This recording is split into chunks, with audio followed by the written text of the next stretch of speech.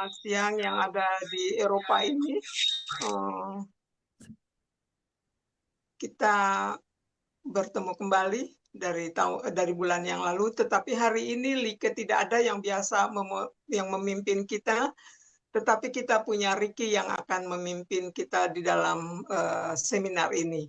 Jadi selamat siang buat kita semua, selamat malam buat kita semua. Sebelum kita memulai pertemuan ini, saya akan mengumumkan bahwa pertemuan ini adalah pertemuan yang terakhir dari tahun 2025. Jadi untuk bulan Desember kita vakum dan kita akan bertemu kembali tanggal 25 Januari 2026. Benar ya Pak Jo? Januari, oh ya, tapi Januari saya belum pastikan, tapi biasanya akhir bulan. Ya, 25 Januari Pak. 25 Januari ya, saya nggak ada kalender. Ya, akhir bulan aja. Oke, dan terima kasih Pak Yo untuk kesediaannya masih mau memimpin kita yang kita memiliki kehausan dan kerinduan akan firman Tuhan.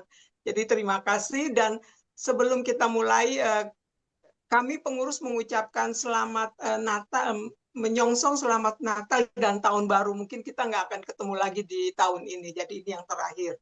Terima kasih buat kita semua, dan kita akan memulai pertemuan ini, dan tema kita adalah iman dari Ruth. Benar ya Pak? Siap. Baik, kita akan membuka pertemuan ini dengan doa pembukaan. Saya akan serahkan kepada Ricky. Jadi Ricky bisa memimpin pertemuan ini juga di dalam pertemuan untuk berdoa. Baik, Silakan. Shalom. Shalom, selamat malam untuk kita semua pada malam hari ini sudah hadir dan sudah menyisihkan waktu. Selamat siang juga untuk saudara-saudara yang ada di Jerman. Senang sekali kita bisa bertemu lagi pada malam hari ini dan siang mungkin ya untuk di Jerman. Dan seperti tadi yang sudah disampaikan oleh Kak Hotma bahwa ini adalah pertemuan terakhir kita, jadi sayang sekali kalau dilewatkan karena kita mungkin nanti akan ketemu nanti di tahun depan. Baik, kita akan segera mulaikan, tapi sebelumnya saya mengundang kita mengundang kuasa Roh Suci untuk hadir di dalam pertemuan kita pada malam hari ini dengan doa dalam hati kita masing-masing.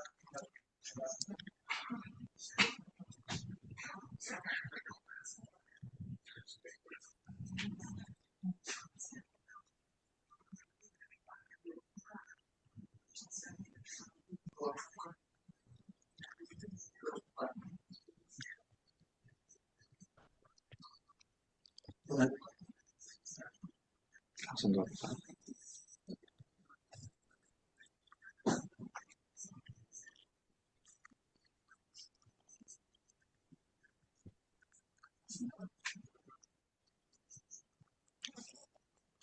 Baik, kita akan sama-sama tunduk kepala. Bapa kami yang bersemayam dalam kerajaan surga, segala puji dan syukur kami sampaikan kepada-Mu ya Tuhan, karena kami telah merasakan betapa besar kuasa Tuhan dalam kehidupan kami. Begitu banyak berkat telah menjadi bagian dalam kehidupan kami Tuhan. Terlebih berkat kesehatan dan berkat satu hari lagi yang Tuhan telah tambahkan dalam kehidupan kami, sehingga kami boleh berkumpul di masing-masing tempat kami Tuhan dalam Zoom ini Tuhan, untuk mengikuti akan webinar Alkitab. Kebutuhan terbesar kami pada saat hari ini adalah kehadiran Tuhan di tengah-tengah kami. Berikanlah kepada kami kebijaksanaan Tuhan untuk memahami setiap pernyataan yang akan disampaikan kepada kami pada malam hari ini. Kami berdoa ya Tuhan untuk pembicara kami, Bapak Iyo Buguan.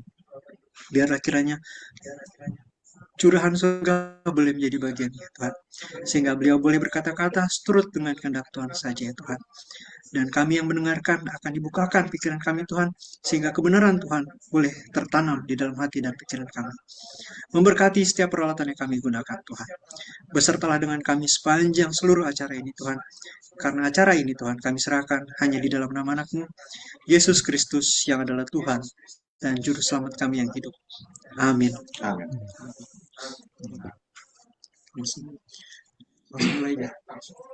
Baik, jadi untuk saat ini kita langsung serahkan kepada Bapak Iyo Buguan yang akan membahas tentang iman dari Ruth ya. Silakan Bapak. Oke, terima kasih. Uh, Teman-teman semua, terutama sahabat-sahabat dari Düsseldorf, terima kasih Ebenezer Ministry sudah memfasilitasi live stream acara ini. Saya merasa sangat terhormat dan bersyukur bahwa tanpa terasa seri pelajaran Kitab Wahyu ini sudah selesai. Dan ini adalah sebuah penutup dari Kitab Wahyu tentang iman Rut. Dan kita pilih Rut sebab Rut adalah sebuah contoh yang bagus. Saya pikir sangat bagus sebagai contoh setelah kita belajar hal-hal baru dari Kitab Wahyu. Tinggal sekarang langkah terakhir adalah mengambil keputusan untuk berani mengikut firman Tuhan. Kepada teman-teman di seluruh Indonesia, selamat malam, selamat siang di Eropa, dan juga sahabat-sahabat lain di mungkin di Amerika, ada yang ikut juga. Terima kasih sudah bergabung ya. Baik, saudara sekalian, saya akan gunakan kira-kira sekitar 40 menit untuk membahas tentang iman Rut. Setelah itu kita akan buka forum diskusi. Saya harap saudara punya pertanyaan-pertanyaan, sebab saya senang kalau menjawab pertanyaan itu seringkali dari pertanyaan akan muncul insight atau sudut pandang yang bagus ya. Baik, dan kita akan mulai pelajaran hari ini. Izinkan saya untuk share screen saya. Oke, iman Rut ya. Oh, saya belum share screen ya. Oke, iya.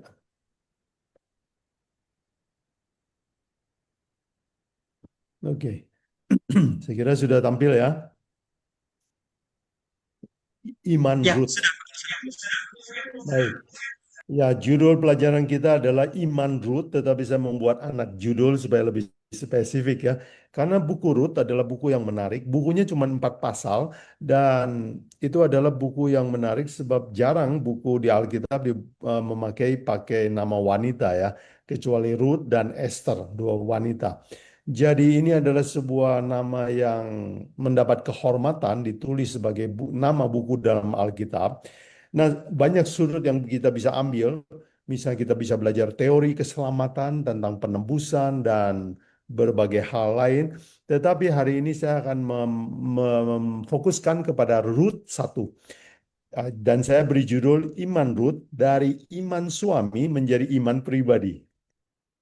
Baik, kita mulai. Dan pembahasan saya akan saya ringkaskan dalam 3 garis besar. Yang pertama, iman baru Rut.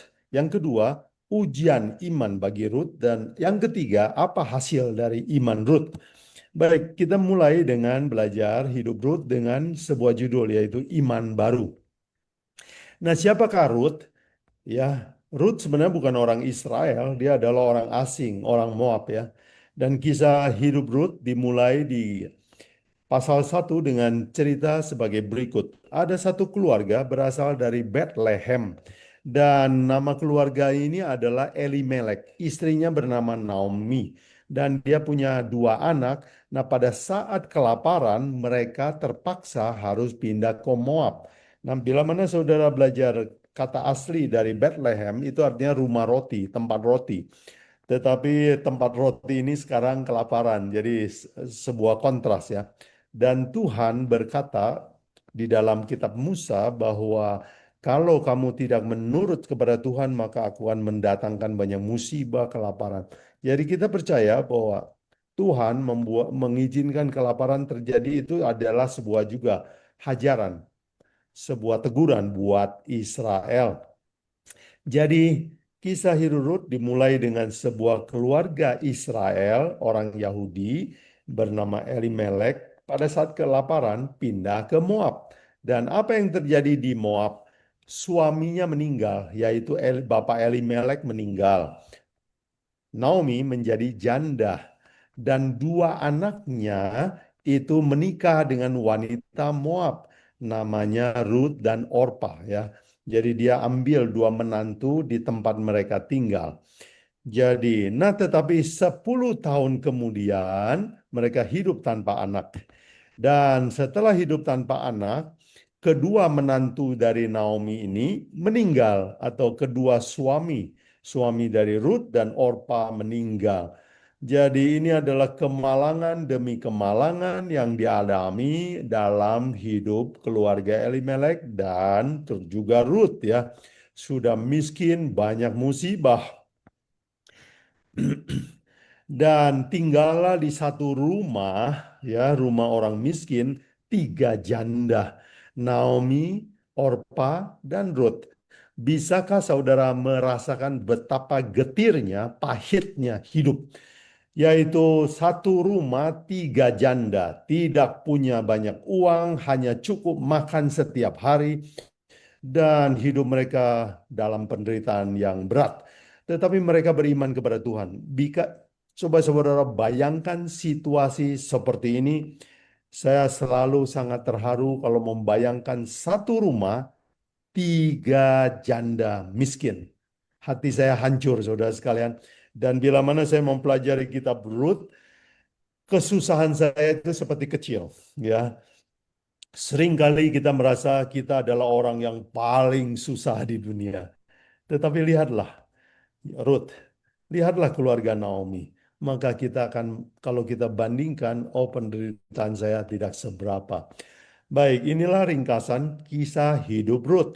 Jadi Ruth itu adalah wanita Moab. Dan wanita Moab itu bukan penyembah Allah, pencipta. Mereka mempercayai banyak dewa-dewi, ya, mereka punya banyak berhala, dan mereka selalu bermusuhan sama Israel. Jadi dengan bahasa sederhana, Ruth itu mendapatkan iman Alkitab itu karena kebetulan, karena pernikahan. Ya, ini bahasa manusia.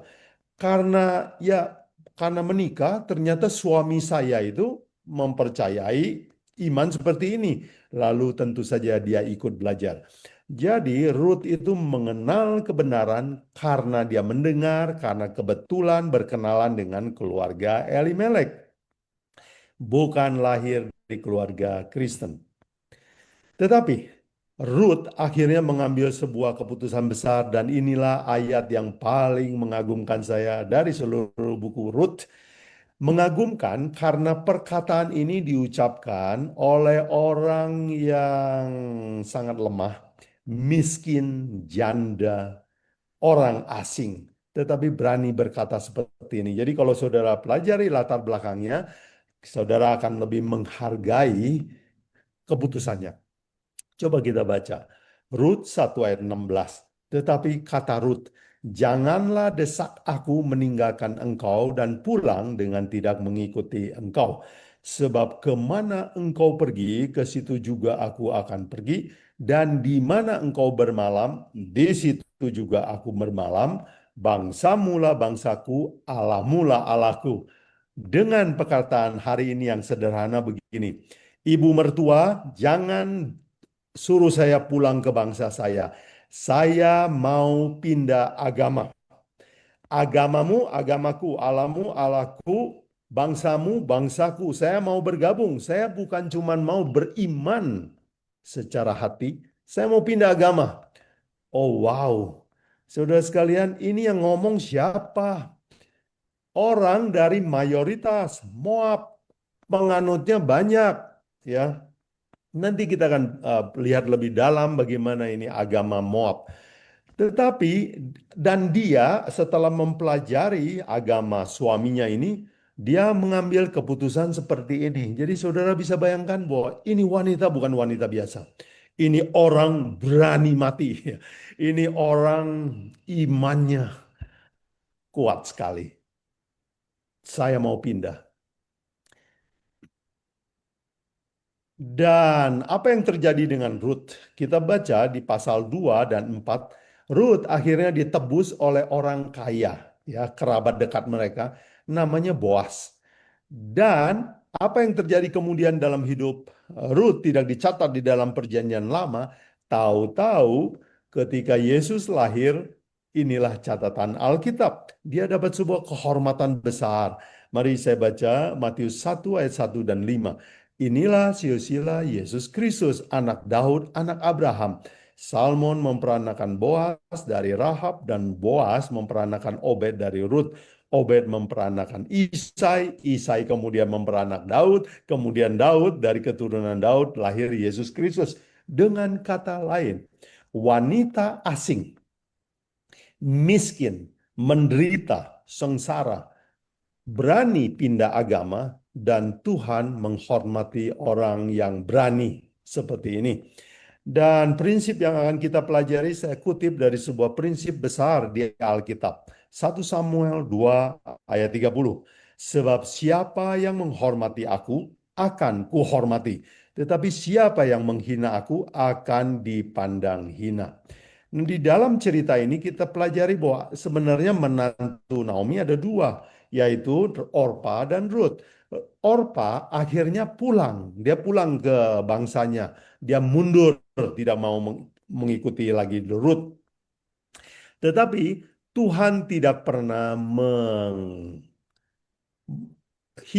atau merendahkan pilihan Ruth. Jadi Tuhan sangat menghormati pilihan masing-masing. Tetapi siapa yang berani menghormati Tuhan, Tuhan akan menghormati dia.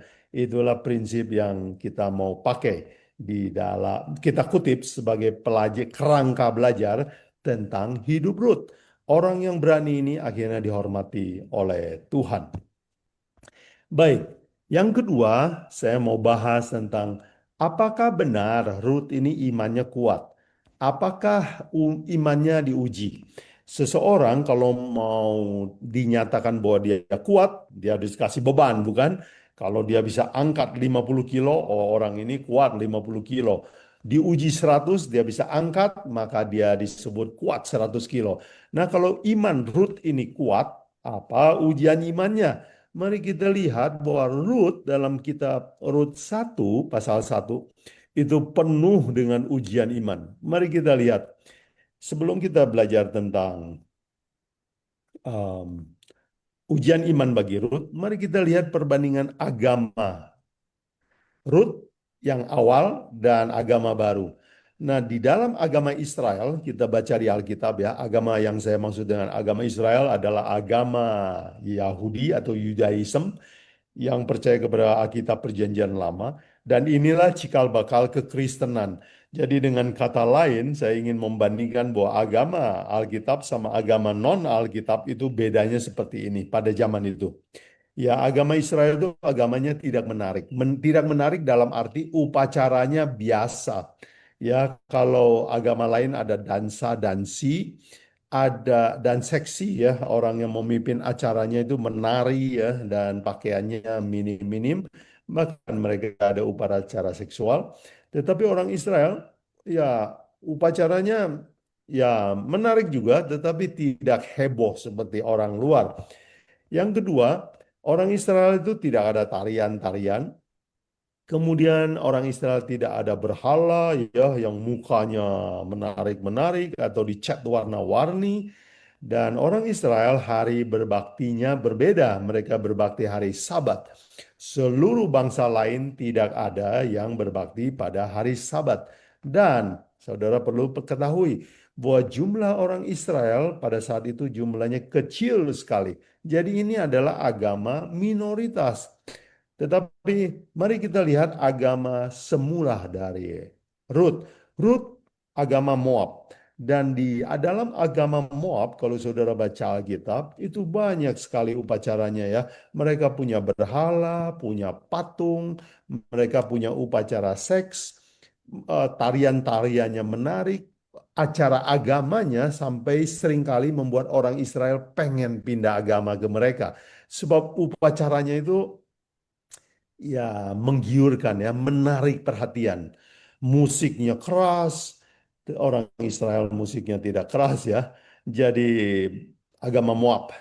Dan kemudian mereka percaya dewa Kamos. Jadi ada ajaran kemakmuran. Dewa Kamos adalah dewa kemakmuran. Jadi di dalam agama Moab ada kepercayaan bahwa dewa Kamos akan selalu membuat orang jadi makmur ya, kaya, sehat, diberkati. Kemudian, saudara harus tahu juga bahwa agama Moab ini adalah agama yang penganutnya banyak ya, mayoritas, banyak penganut. Jadi kalau ikut agama mayoritas, enak saudara sekalian, nggak ada beban ya, nggak akan dibully. Tetapi kalau ikut agama Israel itu mungkin akan dapat bully ya, dihina-hina. Nah, saudara sekalian, di dalam dua pilihan inilah Ruth yang berada di negerinya sendiri harus memilih, saya mau ikut agama mertua saya, suami saya, atau mau ikut agamanya nenek moyang saya. Jadi pilihan ini pilihan yang berat, bukan? Jikalau saudara di situasi Ruth, saudara akan bisa membayangkan di situasi Ruth, saudara akan merasakan beban ini, ya. Saya masih di negeri ini, mertua saya meninggal, suami meninggal, dan mertua perempuan saya mau pulang kampung. Saya ikut atau tidak? Saya pindah agama atau tidak? Nah, saudara sekalian, di dalam situasi yang dilematis inilah Ruth harus mengambil keputusan. Pertanyaan saya buat saudara sekalian, mana yang paling gampang? Pindah agama atau tetap dalam agama kita? Ya paling mudah ya tetap di dalam agama kita. No struggle. Nggak ada pergumulan, nggak ada masalah. Kenapa harus ribet-ribet pindah ke agama Yahudi? Mungkin saya akan dibully oleh bangsa saya. Ya, karena itu agama minoritas. Tetapi Ruth, kita tadi sudah belajar, berani mengikut pindah agama kepada agama mertuanya. Nah, saudara sekalian, ini Ruth pindah agama bukan perkara enteng. Hari ini kita pindah agama ya cuman tinggal robah KTP, tinggal ya. Dan orang sekarang lebih toleransi. Tetapi perhatikan inilah ujian-ujian, beban berat yang Ruth harus hadapi selama dia pindah agama ini. Yang mari kita baca ujian ke-1 ya. Kita lihat ujian ke-1 didapat oleh Ruth. Ruth 1 ayat 1. Pada zaman para hakim memerintah, ada kelaparan di tanah Israel. Lalu pergilah dan seterusnya ya. Pergilah keluarga Elimelek ke Moab. Nah, zaman pada Ruth hidup itu dikatakan pada zaman apa, saudara sekalian? Hakim. Belum ada raja. Ini namanya zaman hakim-hakim. Nah, kalau saya cari di Alkitab, pada zaman hakim-hakim ini kelakuan orang Israel seperti apa sih? Orang-orang gereja pada zaman itu seperti apa? Saya dapati di satu ayat sebelumnya, yaitu di kitab Hakim-Hakim yang terakhir, Hakim-Hakim 21 ayat 25. Pada zaman itu tidak ada raja di antara orang Israel. Setiap orang berbuat apa yang benar menurut pandangannya sendiri. Pertanyaan buat saudara, menurut saudara, pada zaman ini orang gereja Israel ini orangnya baik-baik atau tidak baik-baik? Saya bisa katakan tidak baik, ya. Jadi bagaimana ini ya? Mau jadi Ruth begini. Dia dapati bahwa waduh, ini pelajaran dari agama Israel bagus sekali. Tapi orangnya kok nggak bagus. Seringkali manusia itu menggunakan mata ya. Iman itu seringkali terpengaruh oleh mata. Iman mengatakan bahwa ini agama yang benar, tetapi mata saya mengatakan, lo orangnya kok kacau-kacau begini. Jadi ujian pertama buat Ruth adalah, you mau ikut orangnya kayak gini. Mungkin kita akan sering melihat juga bahwa gereja punya banyak kelemahan ya, banyak punya kelemahan. Itu sebabnya Paulus di dalam Ibrani 12 ayat 2 menasihatkan kita. Kalau kamu mau beriman, prinsipnya ini. Saya bacakan. Marilah kita melakukan dengan mata yang tertuju kepada Kristus yang memimpin kita dalam iman, membawa kita kepada kesempurnaan iman. Dalam bahasa Inggris lebih jelas ya. Mari kita tuju selalu memandang kepada Yesus. Dia adalah author atau yang memulai iman kita dan dia adalah finisher. Dia adalah akhir dari iman kita. Jadi dengan kata lain Paulus itu takut juga, khawatir juga kalau orang ke gereja percaya kepada Yesus Kristus makin lama makin sering memperhatikan orang lain ya. Ah, si ini lemah, si ini korupsi, si ini jarang ke gereja, si ini munafik. Akhirnya mata kita ini beralih dari Yesus Kristus kepada manusia. Padahal Paulus bilang, lah kamu dulu waktu percaya datang ke gereja karena percaya kepada siapa? Bukankah Yesus? Kenapa kamu berakhir kepada di manusia? Kalau mulai dengan Yesus, akhiri dengan Yesus. Beberapa waktu yang lalu saya bertemu dengan beberapa sahabat sebaptisan sama saya, sebaptisan. Udah nggak ke gereja lagi. Begitu ketemu, saya tanya, kenapa kamu tidak ke gereja lagi? Dia bilang, banyak orang munafik di gereja. Oh, saya bilang, apakah termasuk saya? Dia cuma senyum-senyum. Bukan, bukan kamu yang saya maksud. Lalu saya bilang, saya tanya, dulu waktu kamu masuk gereja, kamu percaya kepada siapa?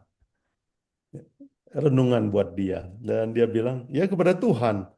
Saya bilang sama dia, kalau kamu mulai dengan Tuhan, kenapa berakhir di manusia? Ya, besok-besok saya bisa jadi orang munafik, saya bisa berdosa. Jangan pandang siapapun, lihat Yesus Kristus. Kita mulai dengan dia, akhiri dengan dia. Inilah nasihat Paulus. Jadi Bapak Ibu, saudara sekalian, Ruth adalah seorang yang mengerti banget ya prinsip dari Paulus ini. Saya patokannya bukan manusia. Patokan saya adalah Alkitab dan Yesus Kristus. Baik, kita lihat itu ujian yang berat, saudara sekalian ya. Ujian yang berat, tetapi iman selalu percaya kepada Yesus dan firman-Nya, bukan kepada manusia. Kita lihat bahwa Ruth juga sulit mengambil keputusan sebab ada ujian yang kedua. Ujian kedua saya kutip dari Rut 1 ayat 3 sampai 5. Kemudian matilah Elimelek suami Naomi sehingga perempuan itu tertinggal dengan kedua anaknya. Dengan kata lain, mertua mati. Dan kedua anaknya mengambil perempuan Moab, yang pertama bernama Orpa, yang kedua bernama Ruth, dan mereka diam di situ kira-kira 10 tahun lamanya. Ayat 5. Lalu, ini yang berat nih ya. Lalu matilah juga keduanya, yaitu Malon dan Kilion, sehingga perempuan itu kehilangan kedua anaknya dan suaminya. Dan dengan kata lain, Ruth juga kehilangan suami. Saudara sekalian, berat nggak ini? Berat ya, berat. Sebab dalam situasi ini berani pindah agama, oh itu adalah sebuah perkara yang besar ya. Sebab orang akan bertanya, kamu miskin, kok berani mau ikut Tuhan walau yang eh, tidak mengeluarkan kamu dari kemiskinan. Lalu banyak kematian musibah. Mungkin orang akan mengejek kamu. Di mana janji berkat Tuhan? Mana Tuhan kamu? Ya, saya bertemu dengan banyak orang yang waktu saya pindah agama, dulu saya agamanya dari agama Tionghoa tradisional, ya percaya kepada berhala-berhala. Waktu saya pindah agama, mereka tanya, agamamu banyak orang kaya nggak? Gedungnya megah nggak?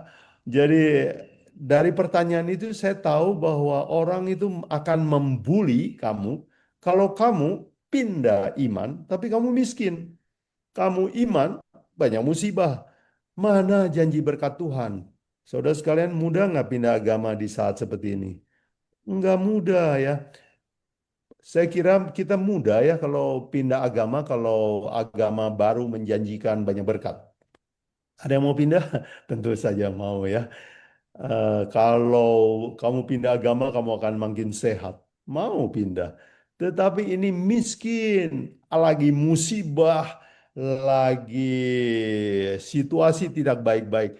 Tidak gampang orang berani beriman di situasi sulit. Justru, saudara sekalian, di situasi sulit inilah kalau kita masih berani percaya, itu namanya iman sejati. Dan itulah ujian kedua buat Ruth.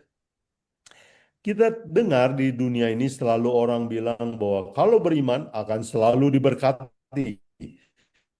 Mari kita coba belajar sedikit prinsip ini, bahwa beriman itu tidak selalu menghasilkan kekayaan. Mari saya ringkaskan Ibrani 11 bab tentang iman, di mana Paulus menulis begini, sebuah pola ya. Karena iman, maka Habel mempersembahkan. Karena iman, maka Abraham berangkat. Karena iman, maka Nuh membangun. Karena iman, maka Musa lebih suka menderita bergabung bersama umat Allah. Dengan kata lain, iman itu selalu diikuti dengan kata kerja, dan kata kerja ini tidak menghasilkan selalu kebaikan. Hasilnya apa? Karena iman Habel ya mati. Karena iman Abraham akhirnya merantau, tetapi Maya belakangan. Tetapi karena iman, Nuh membangun perahu di atas gunung, di olok-olok, bukan? Karena iman, Musa yang tadinya pewaris kerajaan Mesir, sekarang dia harus mengembara di padang belantara. Dengan kata lain, jadi miskin. Jadi iman itu apa? Iman itu adalah percaya kepada firman Tuhan dan berani menurut apapun resikonya. Mungkin bisa jadi kaya, ya puji Tuhan. Tetapi resikonya juga mungkin akan dibully. Mungkin kamu akan mati juga karena iman. Tetapi iman yang sejati tidak peduli hasilnya. Dia hanya mengandalkan kepada Tuhannya. Jadi, bisakah kita katakan Ruth adalah seorang yang punya iman sejati? Ya, sebab dia ikut Tuhan dalam kondisi miskin, banyak musibah. Kalau Ruth mau pindah agama karena ada Boas, orang kaya, yang mau mempersunting dia, saya tidak kagum. Ya, menikah sama orang kaya tidak perlu banyak iman. Pindah agama, kalau ada janji dapat mobil, saya kira juga tidak susah. Tetapi Ruth benar-benar pindah agama, pindah iman. Recording in progress. Dalam situasi yang benar-benar sulit. Dan itulah definisi dari iman yang sebenarnya di Roma 10 ayat 17. Iman adalah percaya kepada firman Tuhan. Ya, apapun akibatnya, apapun hasilnya. Jadi saudara sekalian, iman tidak selalu menghasilkan kesembuhan atau kekayaan. Ingat itu. Jadi Ruth adalah seorang yang imannya telah teruji. Mari kita lihat ujian ketiga dari iman Ruth. Rut 1 ayat 14 dicatat begini. Ya karena Naomi ini kasihan sama menantunya. Udah jadi janda kan. Disuruh didesak-desak oleh Naomi. Pulanglah, pulanglah. Dan akhirnya Orpa pulang. Mari kita baca. Rut 1 ayat 14. Menangis pula lah mereka dengan suara keras. Lalu Orpa mencium mertuanya itu minta diri. Tetapi Rut tetap berpaut padanya. Siapa yang mundur? Orpa, teman sebangsa, ya, atau hari ini saya sebut teman seiman mundur ya, teman sebaptisan mundur. Pertanyaan berikutnya adalah berani nggak jalan sendiri ya. Kalau semua orang meninggalkan kita, teman-teman yang dulu sama-sama kita menjadi Kristen, terus mereka mundur satu-satu, mungkin hati kita bisa agak ciut sedikit ya. Dulu. Jadi saudara sekalian, ujian ketiga dari Ruth adalah teman seperjuangannya mundur. Orang yang paling dekat sama dia dari Moab mundur. Saudara sekalian, seringkali banyak orang jadi mundur karena juga sahabat-sahabat dekatnya sudah nggak ke gereja lagi. Jadi ini nggak ke gereja lagi. Mungkin orang tuanya juga tidak ke gereja lagi. Dia tidak ke gereja juga. Pacarnya ya, pacarnya putus pacar, pacar tidak ke gereja, ya nggak ke gereja juga ya. Dulu ikut suami ke gereja, suami meninggal atau suaminya cerai sama suaminya, nggak ke gereja lagi. Jadi ini adalah ujian saudara sekalian, teman seiman mundur ya. Dan tahukah saudara bahwa di psikologi ada sebuah istilah herding behavior ya. Itu kayak domba. Manusia itu sebenarnya kayak hewan-hewan juga, seringkali bergerombol. Kalau 10 domba pergi ke kiri, ini domba biasanya ke kiri atau ke kanan? Berani, biasanya ikut yang rombongan. Dia nggak berani berbeda sendiri. Kalau saudara pergi ke mall, ya saudara bersepakat untuk coba yuk kita tengok ke plafon mall. Apa yang akan terjadi? Semua orang yang lihat saudara lihat ke plafon, mereka akan tengok plafon juga ya, ikut-ikutan juga.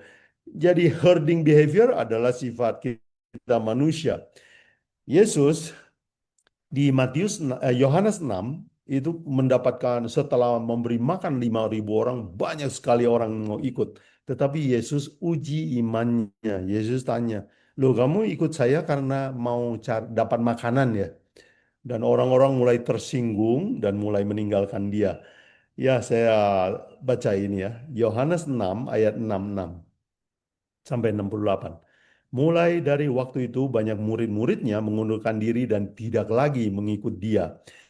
Maka kata Yesus kepada kedua belas muridnya, "Apakah kamu tidak mau pergi juga?" Jawab Simon Petrus kepadanya, "Tuhan, kepada siapa kami akan pergi?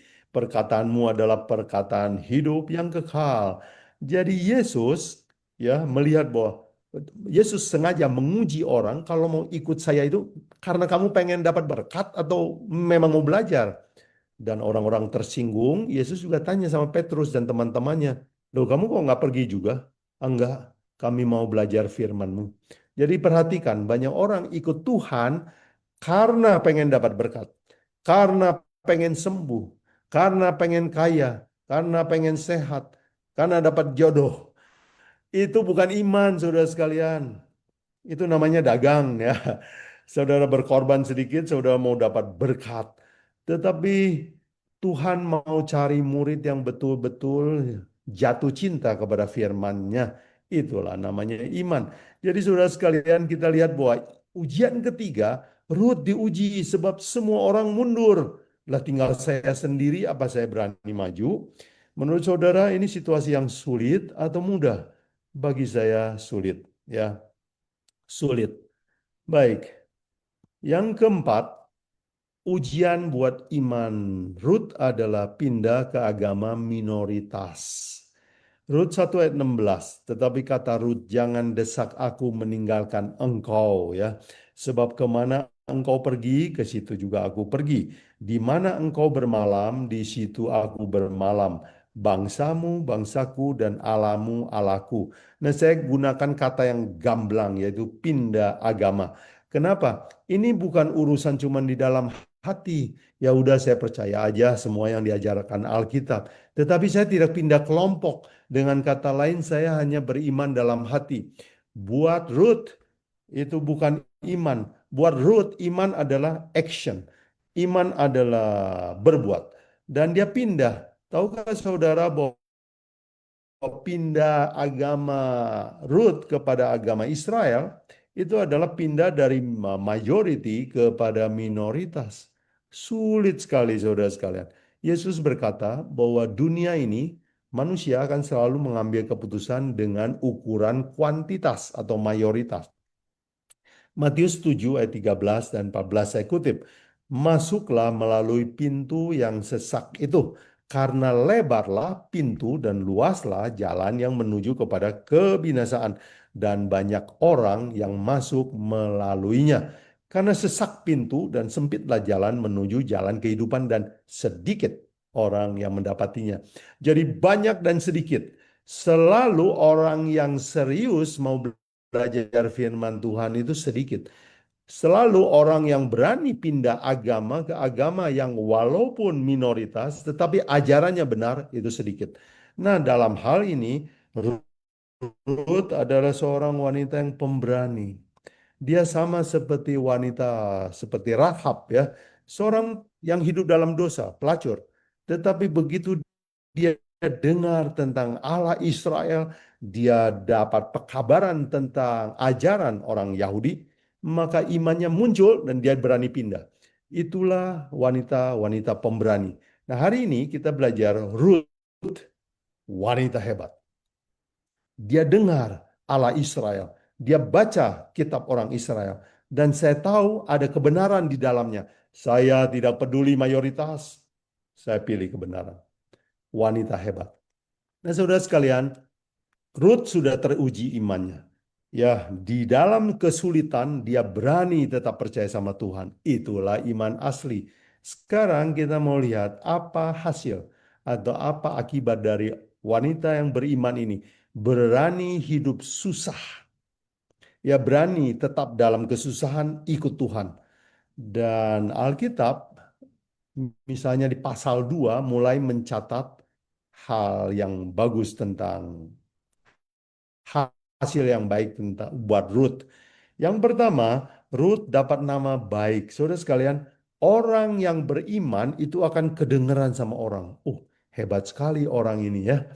Mari saya baca, Boas, orang kaya yang di tanah Bethlehem, mulai kagum sama ini wanita bernama Ruth ya. Ruth 2 ayat 11 saya baca.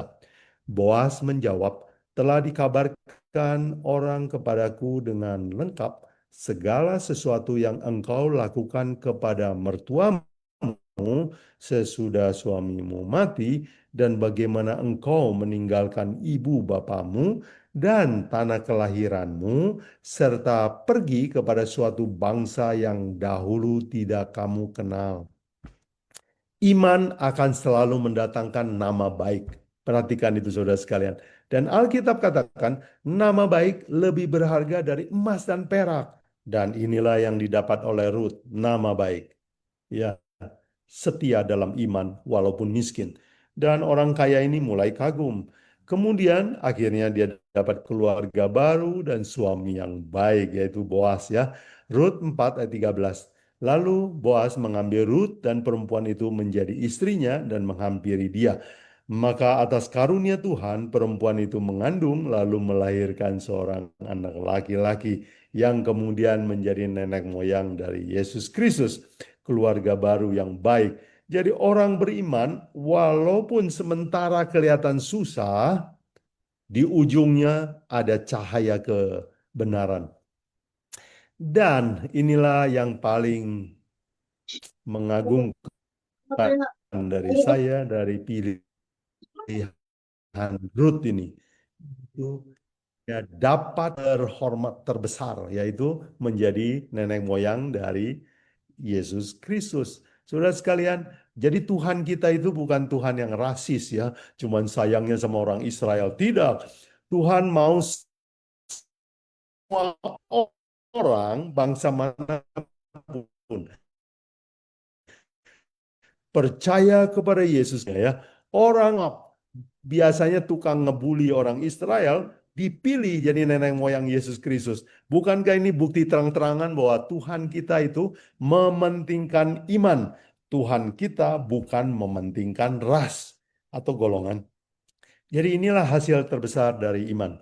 Sebagai ringkasan saudara sekalian, pelajaran hari ini kita telah belajar bahwa Ruth mengenal iman ini kebetulan, tanda kutip kebetulan, karena menikah dengan orang Israel. Tetapi akhirnya dia mengambil keputusan bahwa ini harus jadi iman saya. Saya percaya kepada imannya Alkitab. Dan imannya ini benar-benar diuji ya. Yang pertama, umat Tuhan pada waktu itu banyak kelemahan. Yang kedua, hidupnya penuh musibah dan kemiskinan. Yang ketiga, teman dekat undur iman. Yang keempat, dia harus pindah kepada agama yang mayoritas. Jadi ujian iman ini telah lulus. Dan Ruth terbukti bahwa imannya adalah iman asli. Dan hasil dari iman asli adalah kehormatan. Menjadi nenek moyang Yesus Kristus. Dan kita tahu kalau Tuhan datang pada akhir zaman, Ruth akan mewarisi hidup yang kekal. Nah, saudara sekalian, itulah pelajaran kita hari ini tentang iman Ruth. Sekarang saya mau menutup dengan sebuah aplikasi buat kita. Buat apa kita belajar semua ini?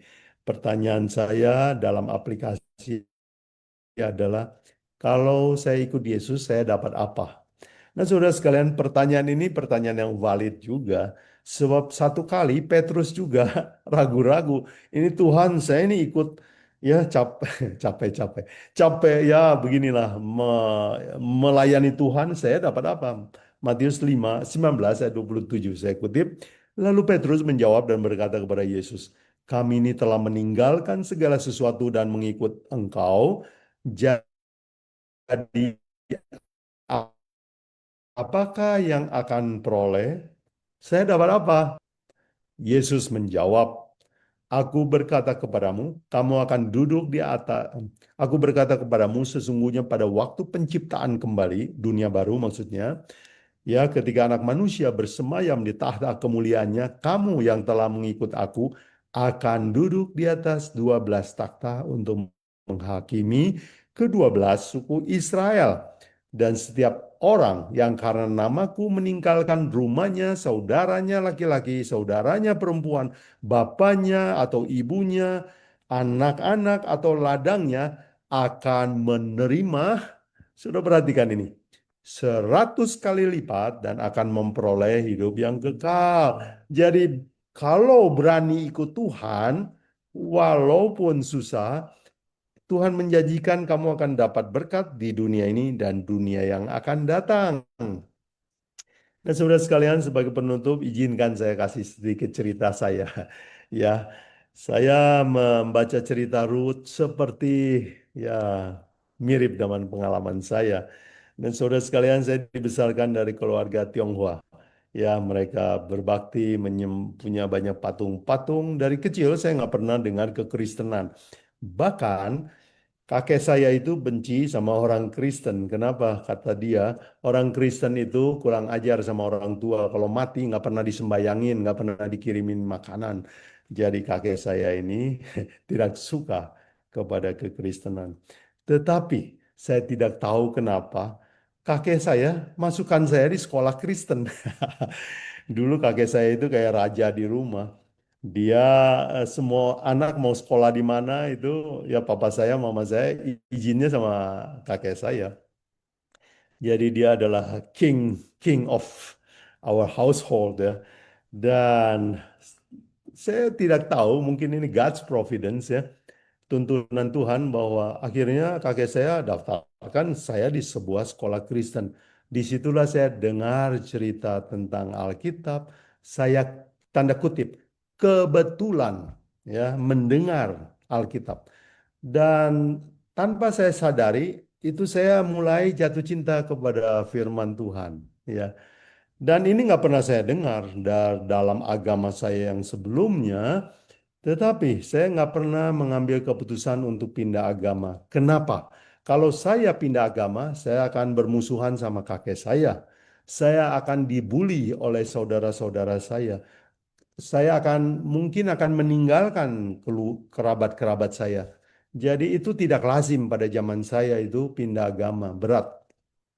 Tetapi saudara sekalian, pada tahun 1983, ya, inilah titik ujian iman bagi saya. Di usia 19, di titik terendah dalam hidup saya, itu saya seperti Ruth, mau ikut Tuhan atau mau ikut agama nenek moyang saya. Di usia 19 apa yang terjadi? Saya Ya, keluarga saya bangkrut, kakek saya bangkrut. Kita hidup dalam kemiskinan. Saya kemudian sudah hidup miskin, saya waktu itu nakal, jadi saya dikeluarkan dari sekolah.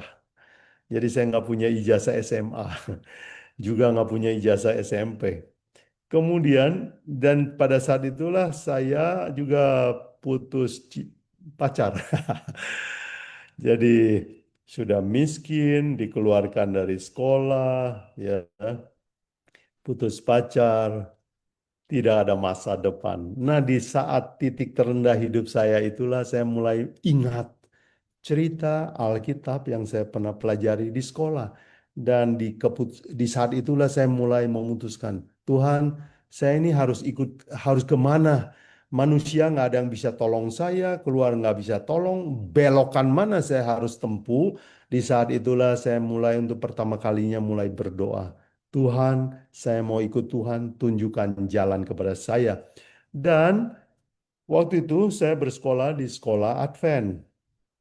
Kebetulan setelah saya mempelajari perbandingan agama, saya tahu bahwa orang Advent mengajarkan hari Sabat, ya, yang mana tidak dipraktekkan oleh agama yang lain.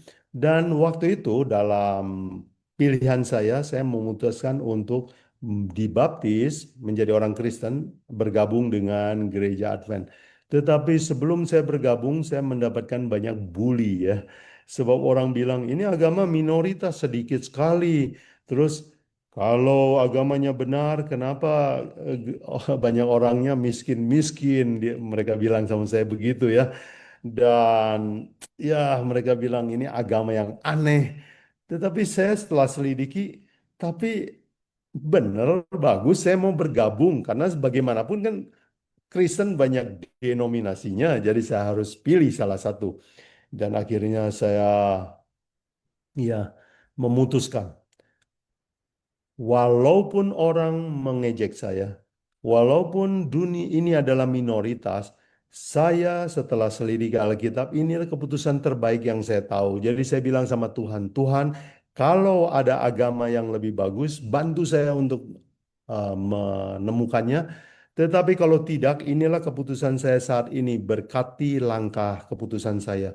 Dan saat itulah saya dibaptis di usia 19. Nah, Bapak Ibu Saudara sekalian, itulah titik balik hidup saya. Ternyata Tuhan memberkati saya lebih dari yang saya pikirkan, ya. Oh ya, saya berpikir bahwa kalau ikut Yesus dan firman-Nya, maka langkah saya akan aman. Dan saya boleh puji Tuhan hari ini bahwa Tuhan telah berbuat kebaikan yang luar biasa kepada saya. Saya punya keluarga yang diberkati. Anak saya dua-duanya menjadi hamba Tuhan. Kemudian kalau saya punya sahabat di mana-mana, ya. Dengan bergabung dengan gereja, saya punya teman-teman seiman. Belum lama ini saya pergi ke California. Saya tidak punya tempat tinggal. Dan tiba-tiba ada orang menawarkan tinggal di rumah kami. Kalau saya pergi ke Jerman, mungkin Ibu Hotma akan bantu saya juga. Saya punya, kalau pergi ke Düsseldorf, oh, teman-teman seiman yang saya tidak pernah bayangkan kalau saya bergaul hanya di lingkungan saya. Sekarang saya kalau kemana-mana, saya punya teman-teman internasional. Dunia ini adalah keluarga besar saya. Jadi Bapak Ibu Saudara sekalian, saya ingat akan cerita Ruth, iman Ruth. Dari kebetulan menjadi pilihan pribadi. Itulah pengalaman saya. Semoga saudara sekalian ini juga adalah iman bagi saudara sekalian. Dan sebagai penutup, izinkan saya untuk kutip ulang sebuah prinsip dari seluruh Alkitab yang saudara perlu ingat. 1 Samuel 2 ayat 30. Tuhan berfirman, sebab siapa yang menghormati aku, akan kuhormati. Tetapi siapa yang menghina aku, akan dipandang rendah. Semoga pelajaran tentang Ruth hari ini akan memberikan inspirasi kepada kita semua untuk berani mengambil langkah iman. Bapak Ibu, Saudara sekalian, saya berdoa semoga Ruth menjadi teladan bagi kita dan mengubah hidup saudara selamanya. Tuhan memberkati saudara sekalian. Mari kita tunduk kepala berdoa sebelum kita masuk dalam tanya jawab, ya. Bapa kami di surga, terima kasih untuk buku Ruth di dalam Alkitab, sebuah kisah yang indah, banyak pelajaran kami bisa ambil dalamnya. Seorang wanita hebat yang berani mengambil keputusan besar dalam situasi sulit, tetapi penuh percaya kepada janji Tuhan. Ajari kami untuk berani seperti Ruth. Dan terima kasih Tuhan untuk pelajaran malam ini. Sebelum kami tanya jawab, kiranya Roh Kudus menolong kami.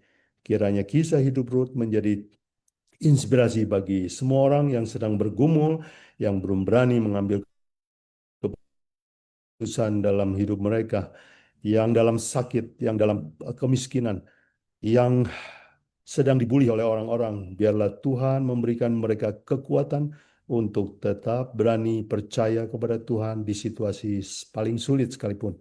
Sertai kami dalam tanya jawab, kami serahkan seluruh waktu ini padamu dalam nama Yesus, Tuhan Juru Selamat kami. Amin. Baik, terima kasih untuk pembelajaran yang luar biasa yang sudah dibawakan oleh Bapak Yobuguan. Dan saat ini kita memasuki sesi tanya jawab. Mungkin bagi Bapak Ibu, saudara-saudari sekalian yang ada pertanyaan, boleh disampaikan dengan cara mungkin boleh angkat tangan atau boleh open mic-nya ya. Kami persilahkan.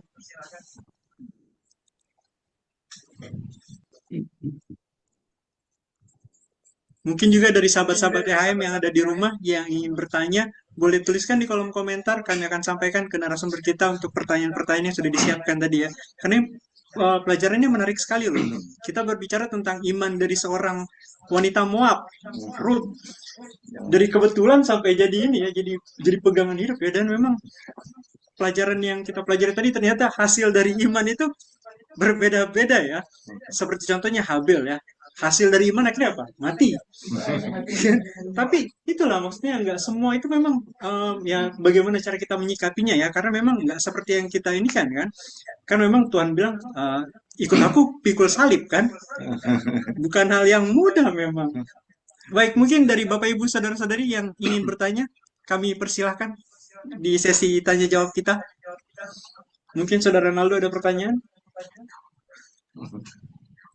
Kak Hotma mungkin ada pertanyaan, Kak Hotma?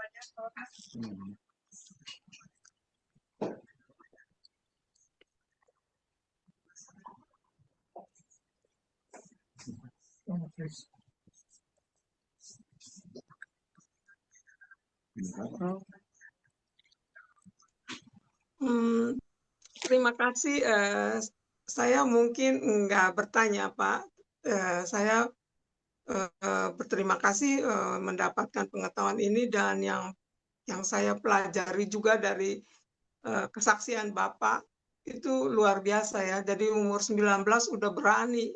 Saya umur 19 masih hura-hura, masih nggak mikir sejauh itu, tapi Bapak mungkin ini juga menjadi jadi contoh juga buat saya.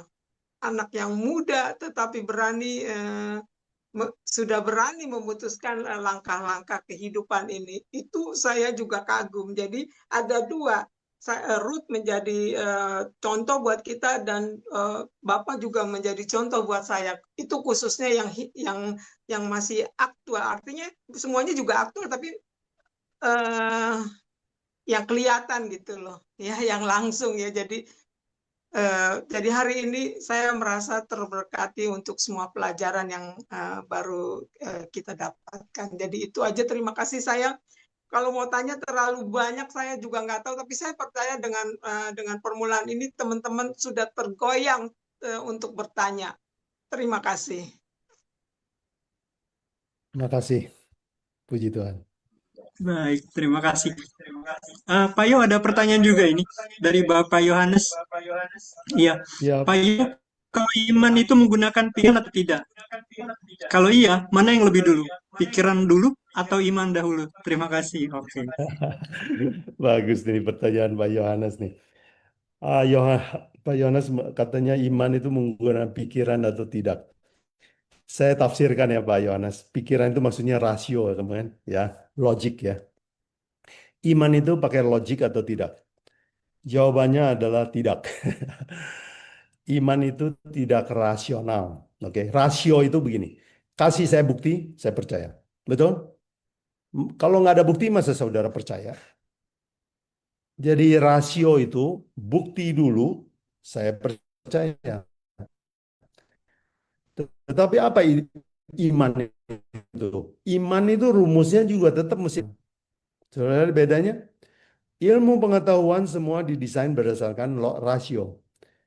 Bukti, percaya. Bukti, percaya. Ya, obat, research, makan. Tetapi iman, makan, tunggu hasilnya. Jadi beda ya. Jadi rasio itu bukti dulu, baru beriman. Tetapi iman Alkitab itu percaya dulu, bukti menyusul. Jadi bukan iman buta. Jadi pertanyaan Pak Yohanes, apakah iman pakai rasio? Jawabannya tidak. Iman itu bukan rasio, ya. Tetapi iman akan dapat bukti belakangan. Jadi iman kita itu bukan iman buta, tetapi iman karena percaya kepada janji Tuhan.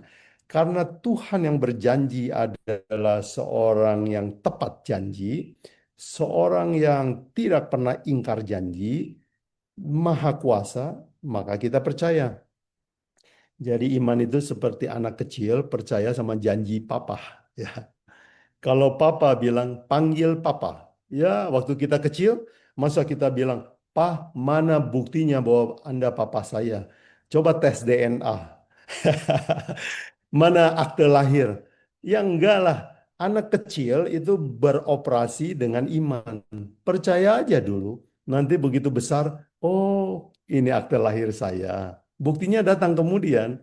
Ya, setelah saudara belajar biologi, saudara genetika, saudara akan mengerti. Oh iya ya, hidung saya mirip papa saya ya. Rambut. Jadi bukti itu menyusul. Saudara percaya dulu. Kalau kita selalu pakai rasio, nggak mungkin kita bisa membaca. Misalnya kalau guru ajarin saudara, B aba, C aca. Lalu saudara protes melulu. Kenapa B sama A harus bacanya ba? Lalu karena saudara berdebat terus sama guru, ya saudara nggak akan bisa baca. Apa yang kita lakukan waktu kecil? B aba, C aca. Ya udah terima aja dulu. Nanti setelah kita besar, oh, emang begitu ya hukumnya. Kita dapat bukti belakangan. Bagus, terima kasih. Saya suka pertanyaan Pak Yohanes ya. Iman beda dengan rasio. Iman beda dengan pikiran. Dan saya mau tekankan satu hal lagi Pak Yohanes. Iman bukan perasaan. Nah, ini yang sering juga orang Kristen sesat dalam hal ini. Seringkali orang Kristen menggunakan perasaan sebagai ukuran iman. Misalnya, kalau dia dengar khotbah keluar air mata, oh ini benar nih.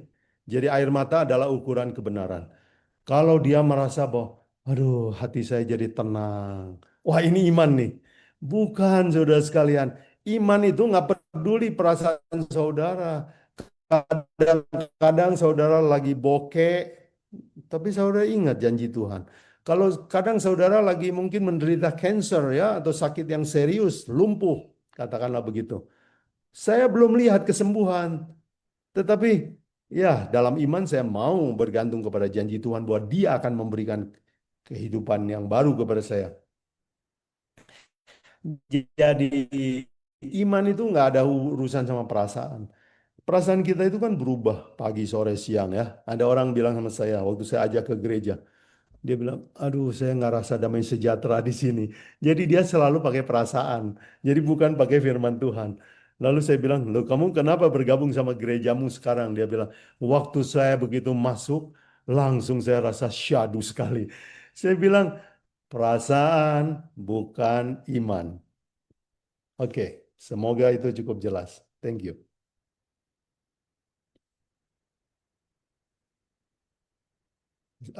Semoga cukup jelas ya Pak Yohanes. Baik, mungkin ada pertanyaan lagi? Atau sudah cukup jelas dari Pak Yohanes untuk jawabannya?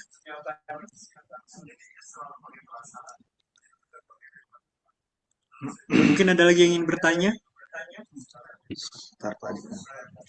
seputar pelajaran kita tadi, karena menarik sekali. Karena ada juga yang kita kan bicara tentang iman ya Pak Yo ya.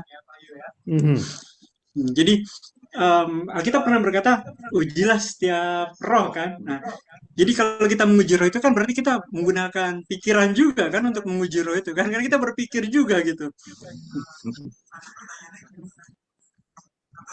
Nah, untuk seperti itu kira-kira bagaimana ya Pak Yo? Bagus, terima kasih. Ya, bukan. Kita kalau menguji segala ajaran, segala roh, itu pakai firman. Ah, ini dia. Ini nih. Jadi iman itu patokannya bukan ini, tapi ini. Nah, ini itu seperti X-ray, ya X-ray. Mau periksa ini kan dalaman badan kita nggak bisa dilihat pakai mata kan. Jadi mata ini nggak ada gunanya kalau periksa yang di dalam kan. Harus pakai X-ray. Nah X-ray-nya ini. Misalnya ada orang mengajarkan bahwa Ya, orang mati langsung masuk surga. Kita sudah belajar bahwa itu bukan ajaran Alkitab, itu pendapat orang. Bagaimana kita menguji ini ajaran ini? Ini, pakai ini.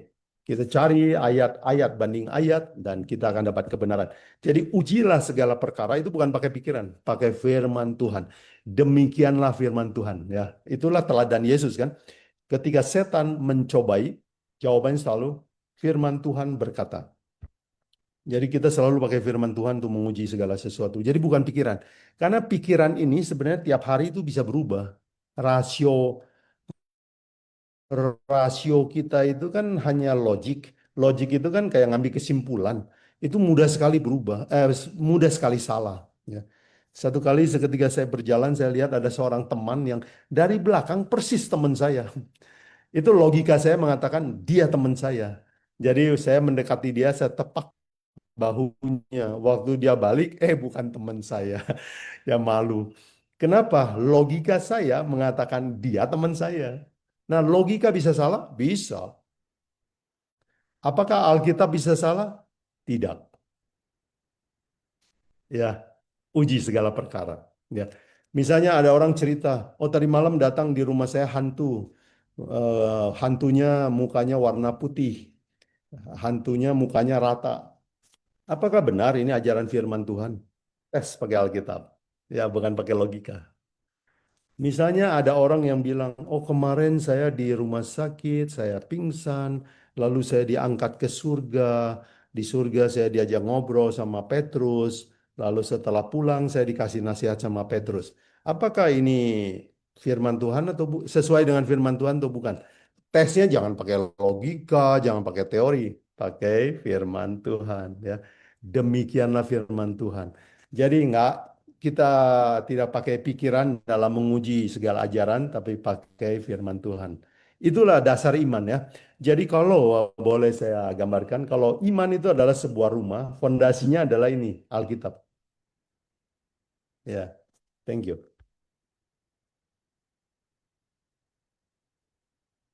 Baik, terima kasih Pak Yu untuk penjelasan yang luar biasa ya jawaban. Dan ini ada pertanyaan lagi Pak Yu dari Pak Oban Heng ya. Koyo, ukuran iman itu seperti apa? Seperti kata Yesus, iman sebesar biji sesawi dapat memindahkan gunung katanya. Oh, iya, iman itu walaupun kecil itu bisa berbuat mujizat. Ya, tapi kalau Tuhan mau. Jadi nah ayat ini juga jangan digunakan bahwa oh mari kita pindahkan gunung. Ya kalau Tuhan tidak mau pindahkan gunung, jangan pakai untuk pindahkan gunung.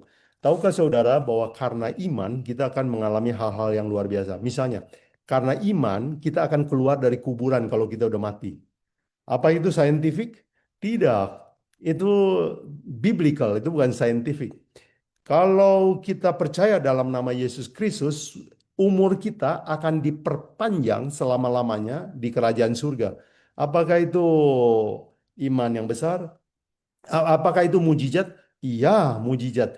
Nggak ada obat dan dokter di dunia ini yang bisa melanjutkan umur kita kan?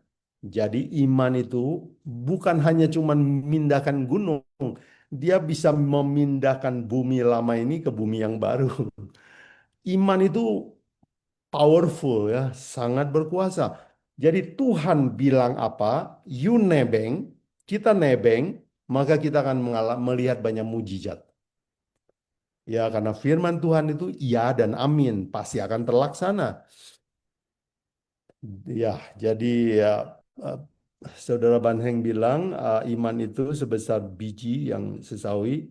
Ya, ya, betul. Ya, lihat ya, kenapa Yesus menceritakan biji sesawi? Biji sesawi itu kan biji yang kecil, paling juga cuma 1 mili itu si benihnya itu. Tapi pohonnya itu tingginya 6 meter, besar itu. Jadi benih yang kecil kalau ditanam akan menghasilkan pohon yang besar. Begitulah iman. Walaupun tindakan kita kecil, seperti Ruth tadi ya, saya mau ikut Tuhan. Walaupun kelihatannya miskin sekarang. Dia berani melakukan langkah yang kecil, hasilnya apa? Hasilnya luar biasa ya. Akhirnya dia menjadi istri Boas, menjadi nenek moyang Yesus Kristus, melahirkan seorang yang jadi guru besar buat kita semua, mengajarkan teori keselamatan. Lihat, sebuah biji sesawi menghasilkan sebuah pohon sesawi yang jadi berkat bagi seluruh dunia. Siapa tahu iman kita yang kecil juga suatu hari akan menjadi berkat yang besar buat orang lain. Oke, setuju Saudara Van Heng? Ya, iman adalah biji sesawi, tetapi efeknya akan besar. Terima kasih, bagus. Baik, terima kasih jawaban yang luar biasa ya. Mungkin masih ada pertanyaan lagi yang ingin disampaikan dari Bapak Ibu saudara-saudari sekalian, atau mungkin dari sahabat-sahabat THM yang ada di rumah, boleh tuliskan di kolom komentar, kami akan sampaikan kepada narasumber kita. Karena ini menarik ya pertanyaan pembahasan kita. Ini kalau kita lihat ya untuk penerapan di zaman kita sekarang ini sepertinya mungkin contohnya ya apa cross kepercayaan ya, karena ini kan kepercayaan Moab dengan kepercayaan Israel ya Pak Yu ya. Jadi mungkin yang dari denominasi non-Kristen ke Kristen gitu kan. Nah ini luar biasa sebenarnya kalau kita pelajar yang kita ambil dari Ruth ini loh. Yes, betul. Tapi banyak orang kan pindah agama juga karena apa ya? Pindah agama sosial lah. Sosial karena temennya semua ke gereja dia pindah ke gereja gitu. Itu namanya pindah agama secara sosial. Tetapi yang Bapak tadi sebut cross kepercayaan itu betul-betul yang dialami Ruth itu betul. Nyebrang dia. Nyebrang. Dan waktu temennya mundur, dia tetap stay. Itu iman asli itu. Ya, jadi memang iman itu harus diuji. Baru tahu itu iman asli atau bukan. Baik, luar biasa ya. Memang harus ini ya, memang benar-benar dia melihat sendiri dan memang, nah berarti memang bisa dikatakan berarti kita juga bisa menjadi contoh sebenarnya, karena kan dia melihat juga dari kehidupan di keluarganya Naomi mungkin ya. Nah, itu jadi pertanyaan. Oh iya, ya itulah biji sesawi kita bisa jadi pohon besar buat orang lain. Kalau saudara tetap setia dalam Tuhan, kebayangan nanti anak saudara lihat teladan kita, dia akan tetap setia, cucu kita, lalu jadi akan satu bangsa besar. Dari sebuah langkah kecil saudara, melahirkan sebuah generasi yang percaya sama Tuhan. Lihat, ya iman yang kecil itu akan menghasilkan hasil efek yang besar sekali ya. Dan betul, iman kita itu seringkali bisa melemahkan iman orang lain atau menguatkan iman orang lain. Setuju sekali, sebab itu tadi Ruth, cuman untung Ruth waktu masuk agama Israel, itu gereja Israel lagi kacau itu. Banyak berkelahi. Ya, orang-orang itu imannya kurang bagus, kelakuan kurang bagus. Tetapi bagusnya Ruth adalah Ruth nggak mau jadikan manusia sebagai patokan. Tetapi kelakuan kita yang buruk seringkali membuat orang lain lemah, betul. Yes. Jadi saya selalu ya anjurkan orang-orang datang ke gereja jangan terlambat. Mungkin terlambat tuh tetap saudara masuk surga, tapi saudara terlambat membuat gereja jadi sepi. Orang jadi ikut-ikutan nggak datang juga on time. Jadi kita datang ke gereja ya bukan hanya untuk dapat berkat, menjadi berkat. Jadi orang bilang, khotbahnya nggak enak, saya nggak mau datang lagi. Kenapa nggak saudara jadi berkat aja? Saudara bagi firman Tuhan. Waktu diskusi Alkitab, saudara berbagi. Jadi saudara yang jadi berkat, jangan hanya mau terima-terima berkat. Ya, terima kasih. Diskusi yang bagus. Ya, Baik, menarik sekali ya untuk pelajaran kita pada malam hari ini. Mungkin masih ada lagi dari Bapak Ibu saudara-saudari yang ingin bertanya terkait webinar kita tentang iman dari Ruth ya. Ini yang dari awal cuma kebetulan ya sampai jadi benar-benar jadi satu pegangan dari seorang Ruth ya. Mungkin ada lagi yang ingin bertanya? Oh ya, Kak Hotma, silakan Kak Hotma. Saya begini Pak, yang saya lihat, saya mungkin nggak bertanya atau bertanya saya kurang tahu. Yang saya lihat sekarang keadaan kita khususnya di Indonesia itu terlalu banyak sekali apa ya Pak, ada Kristen Reform, ada Kristen ini, Kristen itu. Jadi mungkin juga membingungkan banyak dari kita semua ya. Memang Bapak bilang kita sumbernya itu Alkitab, itu satu-satunya. Tetapi yang jadi masalah karena terlalu banyak itu sehingga orang itu nggak ada konsentrasi ya Pak. Mungkin kira-kira begitu ya Pak. Jadi mungkin kehilangan konsentrasi. Jadi pada apa namanya kesana kemari gitu. Mungkin ya Pak. Saya kurang tahu. Itu mungkin pertanyaan saya ya. Oke, Kekurangan konsentrasi karena banyak pilihan jadi bingung sendiri. oke. Bagus, bagus, Bu Hotma. Ya, bagus Bu Hotma singgung itu. Nah, kenapa agama banyak pilihan? Saya rasa memang itu wisdom dari Tuhan supaya orang jadi bingung. Kenapa supaya Tuhan mau orang jadi bingung? Supaya orang berani milih. Kalau agama cuma satu, perlu milih nggak? Ya nggak ada pilihan. Ya, teman-teman kita dari kaum minoritas katanya begitu lahir dia cuma tahu satu agama itu udah. Nggak ada pilihan. Jadi di dalam denominasi kita banyak pilihan, membingungkan kata Bu Hotma, tapi membingungkan itu ada blessingnya juga. Itulah kesempatan kita itu seperti Ruth. Kita seperti harus pilih-pilih kan. Tuh saya mau yang mana ini? Disitulah kita perlu rajin buka Alkitab kita, selidiki. Jadi kalau agama itu cuma satu, ya terlalu mudah buat kita. Kalau dua mulai bingung. Kalau ada 10 lebih bingung lagi ya. Dan kalau ada 100, disitulah iman kita diuji. Diuji kenapa? Berani nggak saya berbeda sama orang tua saya? Berani nggak saya berbeda sama teman saya?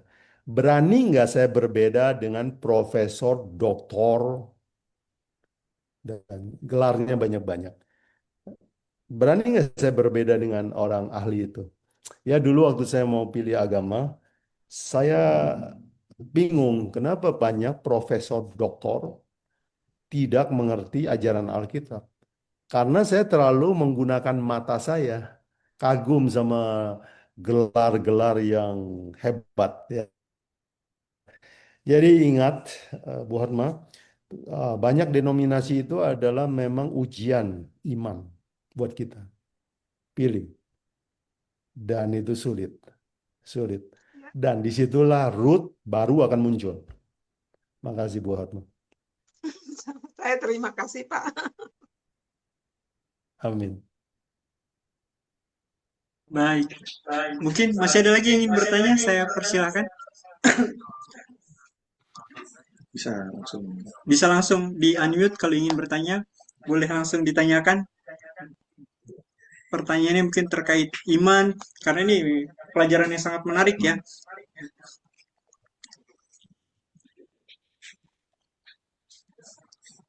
Mungkin Saudara Ya. Aldo ada pertanyaan? Boleh deh. Saya mau bertanya. Tes kedengaran ya suara saya. Ayo, Ya, Oke. ya. Saya mau bertanya, Pak Yoga. Kan di Alkitab dikatakan domba-dombaku eh, akan mengenal suaraku kan. Iya. Jadi apakah memang sudah ditentukan ada orang-orang yang bisa mengenal suaranya Tuhan atau sebenarnya ini panggilan agar kita bisa mengenal suara Tuhan? Itu bagaimana Pak Yoga? Oh, baik. Terima kasih. Ya, memang Yesus mengatakan itu ya di Yohanes 10 kalau nggak salah ya. Dombaku akan mendengar suaraku. Pertanyaannya adalah apakah kita sebagian orang ditentukan itu mendengar suaranya. Jadi begini, sebelum kita pindah agama, sebenarnya suara gembala itu sudah kita dengar. Ya. Dan Ruth dalam hal ini adalah dombaku. Ya, dombaku itu dengar suaraku, terus dia datang. Tetapi yang tidak mau jadi domba, ya katakanlah seperti orang lain di Moab, ya mereka juga dengar hebatnya Allah Israel, belah laut jadi dua, bagaimana mengalahkan Jericho. Ini cerita seluruh dunia, itu cerita internasional. Tetapi banyak orang Moab nggak mau datang karena mereka nggak mau milih jadi domba. Nah, jadi bukan ditentukan, tetapi pilihan. Kalau pemahaman saya ya, ada orang yang memang mau jadi domba.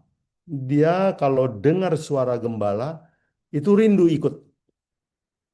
Ya, contoh saya waktu kecil saya ditentukan, kalau ditentukan ya, lahir di keluarga Tionghoa penyembah berhala.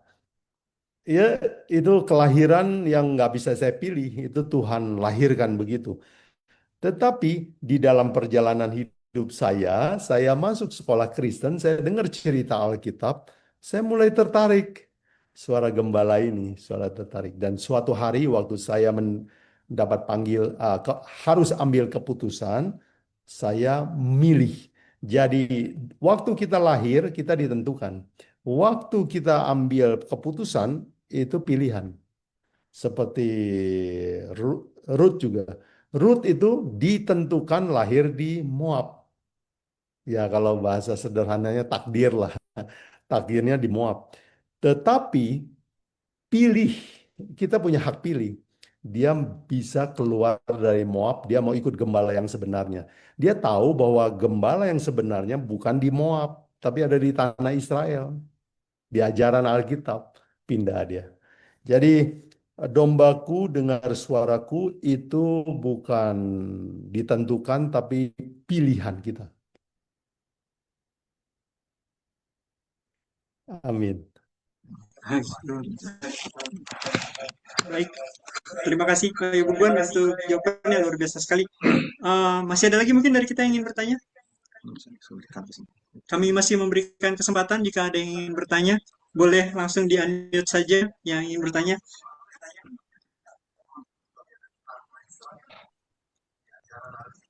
Mungkin kalau ada yang sedang lemah iman karena gereja lagi banyak berantem,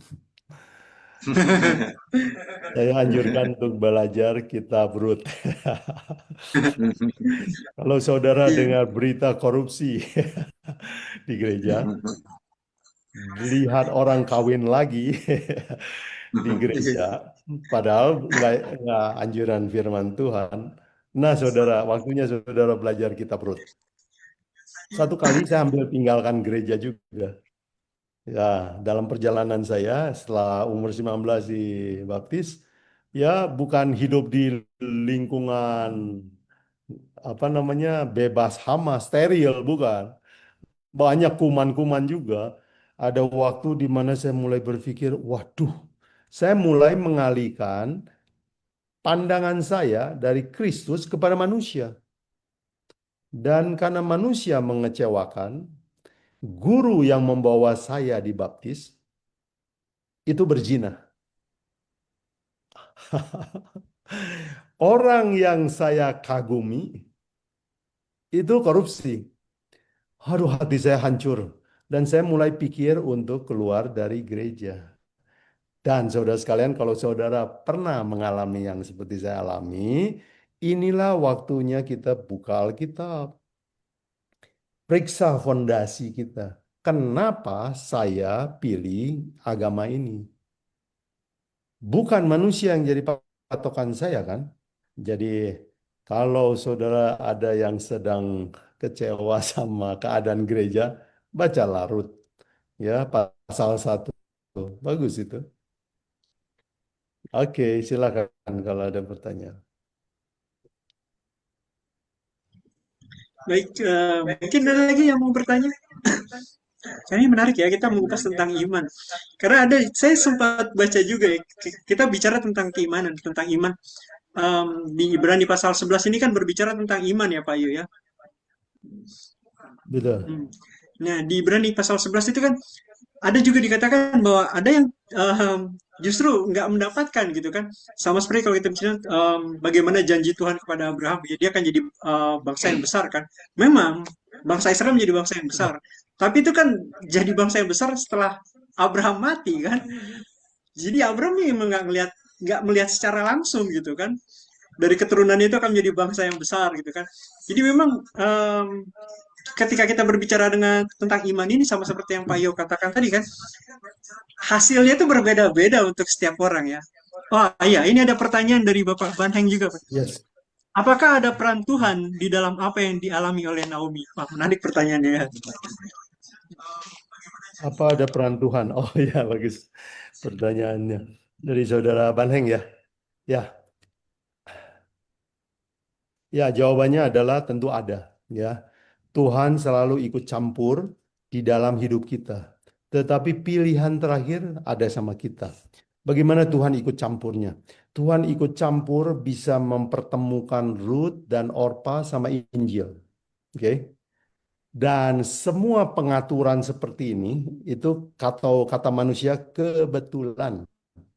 Tetapi kalau kita percaya kepada Tuhan, kita akan katakan itu adalah pengaturan Tuhan. Saya dilahirkan di keluarga tradisional Tionghoa. Tiba-tiba bisa dengar Injil. Padahal kakek saya adalah seorang pembenci kekristenan. Itu adalah apa ya? God's providence. Kesempatan yang Tuhan buka kepada kita. Banyak orang nggak pernah dengar Injil, tapi begitu dia buka radio, dia dengar ada EHM channel, oh whatever, Facebook. Dapat ini siaran Injil, dan dia mulai dengar. Itu adalah pengaturan Tuhan, campur tangan Tuhan. Tetapi, nah sekarang pilihannya, apakah ada orang yang berani seperti Ruth? Saya mau nyebrang, saya menyeberang ke agama itu. Berani nggak itu? Itu pilihan kepada pribadi. Jadi dengan kata lain, hidup kita ini ada dua kuasa yang bekerja ya. Satu kuasa Tuhan, satu kita. Ini sama seperti suami istri. Suami, tapi kalau tidak kerjasama nggak akan pernah lahir anak. Dengan kata lain, Tuhan punya banyak rencana untuk menyelamatkan kita, tapi kalau kita tidak mau menyerahkan diri, tidak akan menghasilkan mujizat apapun.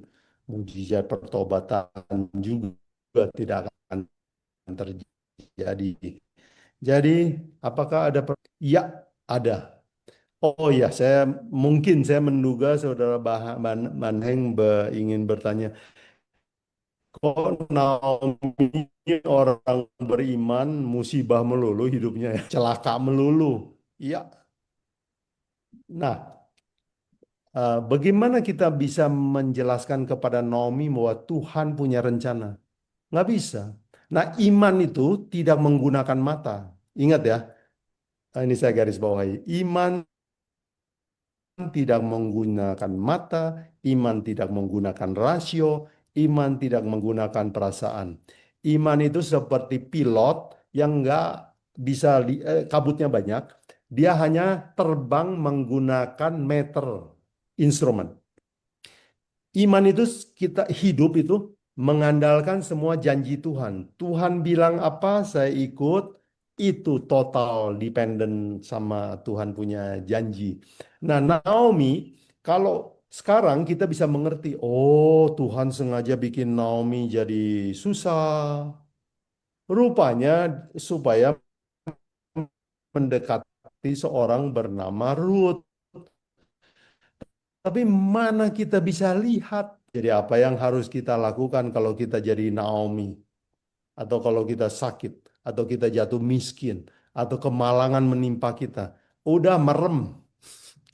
Tutup mata, berdoa, baca Alkitab, pegang semua janji Tuhan. Tanpa kita tahu kapan janji Tuhan akan ditepati. Itu iman. Jadi Saudara Banheng, terima kasih, bagus itu. Tuhan ikut campur, tetapi kita harus ambil keputusan. Thank you. Baik, terima kasih Pak Yo. Luar biasa ya. Saya lihat semakin malam semakin menarik ya. Tapi sayang ini waktu yang membatasi kita juga. Jadi mungkin saya berikan kesempatan untuk satu pertanyaan terakhir mungkin dari Bapak Ibu Saudara-saudari sekalian. Kita berikan kesempatan terakhir yang ingin bertanya. Karena sayang sekali ya, karena nanti kita akan bertemu lagi tahun depan ya. 1 tahun lagi baru kita bisa ketemu ya. Tahun depan baru bisa bertemu lagi. Jadi mungkin yang ingin bertanya silakan terakhir yang ingin bertanya kami persilahkan. Baik, kalau memang sudah. Saya komentari sedikit sebelum yang pertanyaan terakhir. Oh ya, silakan yang ada yang mau bertanya mungkin.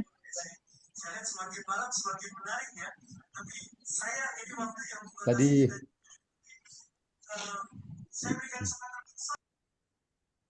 silakan kalau ada yang mau bertanya. Ya, dari Ibu Meiti ya. Pertanyaan terakhir dari Ibu Meiti. Apakah ada peranan roh suci dengan iman? Wah, luar biasa. Ya. Terima kasih Bu Medi. Bagus. Apakah ada peran roh suci? Iya. Iman itu bukan barang duniawi. Bukan hasil kepintaran kita. Iman itu nggak ada hubungannya sama IQ. Ya, sama kita punya mau. Kalau saya punya mau, saya nggak akan jadi Kristen. Ya, karena dari kecil saya diajar untuk ya cuan, cari cuan aja udah hidup. Kalau cukup makan, cukup pakai, punya duit, urusan beres lah. Nggak usah bicara Tuhan, Tuhan ya. Em, jadi apakah ada peranan Roh Kudus? Nah, saya ingin tekankan ini penting. Terima kasih pertanyaan ini. Iman hanya muncul karena disirami oleh kuasa Roh Kudus.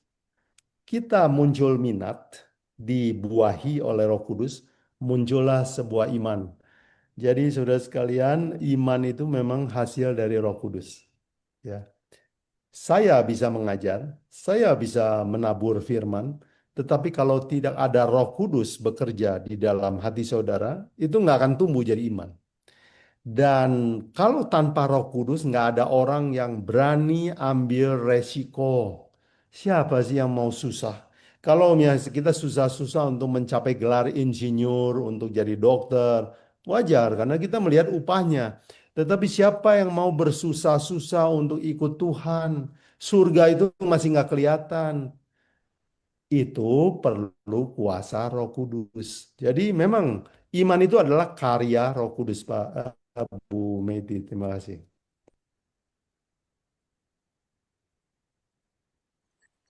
Baik, terima kasih. Pembelajaran yang luar biasa dari pelajaran kita pada malam hari ini. Dan jujur saya pun dapat satu pelajaran ya yang baru juga untuk saya juga pada malam hari ini. Dan saya berharap ini juga jadi satu berkat buat kita semua yang hadir pada malam ini ya. Dan ingat, berkat yang kita terima ini bukan hanya untuk kita, tapi harus kita bagikan juga kepada orang-orang yang ada di sekitar kita dan kita menjadi saluran berkat bagi orang lain dengan cara yang mudah dengan membagikan pekabaran yang baru kita terima. Dan mungkin kita akan segera tutup untuk pertemuan kita pada malam hari ini. Saya mengundang Bapak Yobuguan untuk pimpin kita dalam doa untuk menutup acara kita. Mari kita tunduk kepala. Tuhan Bapa kami di surga, kami sungguh bersyukur untuk seorang wanita pemberani seperti Ruth. Di dalam masa di mana keadaan gereja sedang lemah, dia berani mengambil keputusan. Di masa miskin, di masa hidup tidak menentu, dia berani ambil keputusan. Di masa teman-temannya mundur, dia berani juga mengambil keputusan. Di masa di mana semua orang takut kepada agama minoritas, tetapi dia memilih untuk ikut Yesus Kristus dan tidak pernah mundur. Dan Tuhan, Engkau menghargai semua orang yang berani ikut Tuhan. Ajari kami ya Tuhan malam ini mempunyai iman seperti Ruth. Ya Tuhan, kami tidak berani melakukan tindakan-tindakan iman. Kami malas untuk mengambil resiko. Tetapi tolonglah kiranya Roh Kudus Tuhan menyirami hati kami. Setelah belajar kisah ini, biarlah Roh Kudus membangkitkan dalam diri kami sebuah keberanian besar untuk ikut Tuhan apapun resikonya. Karena kami tahu bahwa upah besar akan menanti semua orang yang berani ikut janji Tuhan. Ya Tuhan, berkati semua pendengar yang dalam pergumulan sakit, atau dalam kesusahan, atau dalam masalah keluarga. Tuhan, biarlah kami semua berani mengambil langkah iman berdasarkan semua janji Tuhan. tidak menggunakan mata jasmani kami, perasaan kami, atau pikiran kami, tetapi bergantung sepenuhnya kepada firman Tuhan. Berikanlah keberanian ini kepada semua pendengar. Diberkati sidang pendengar sekalian, dan pelihara hidup kami sampai kami bertemu tahun depan di pelajaran yang lain. Terpuji nama Tuhan Yesus Kristus. Di dalam nama Yesus, Juru Selamat kami berdoa. Amin. Amin. Baik, terima kasih. Dengan demikian, maka berakhirlah seluruh rangkaian acara kita dan pelajaran webinar kita di tahun 2025. Dan terima kasih kepada Bapak Yobuguan yang sudah memberikan begitu banyak pelajaran sepanjang tahun ini ya, dari awal sampai di penutup dari pelajaran kita. Dan juga pastinya kepada Bapak Ibu saudara-saudari sekalian yang selalu setia mengikuti pelajaran kita dari awal tahun di Januari ya, sampai di penutup pelajaran kita di tahun 2025 ini. Dan sampai bertemu lagi di tahun 2026 dengan seri-seri pelajaran yang baru pastinya ya. Selanjutnya, saya juga berterima kasih kepada Perki Düsseldorf untuk acara yang luar biasa ini ya, yang menjadi motivasi juga buat kita ya, menjadi pelajaran-pelajaran berharga untuk kita pastinya. Dan berikut saya kembalikan kepada Kak Hotma. Silakan Kak Hotma. Terima kasih Pak Yo untuk semuanya seminarnya yang baik. Terima kasih, dan buat teman-teman semua, dengan buat Ricky dan Rinaldo, terima kasih buat semuanya. Dan kami dari pengurus mengucapkan selamat menyongsong tahun baru dan selamat juga menyongsong hari Natal, dan kita akan berjumpa di tahun depan dan Tuhan memberkati. Dan mari kita sama-sama rajin baca Alkitab biar kita kuat dengan adanya goncangan-goncangan yang sekarang ini. Terima kasih dan sampai bertemu kembali. Tuhan memberkati. Tschüss, dah.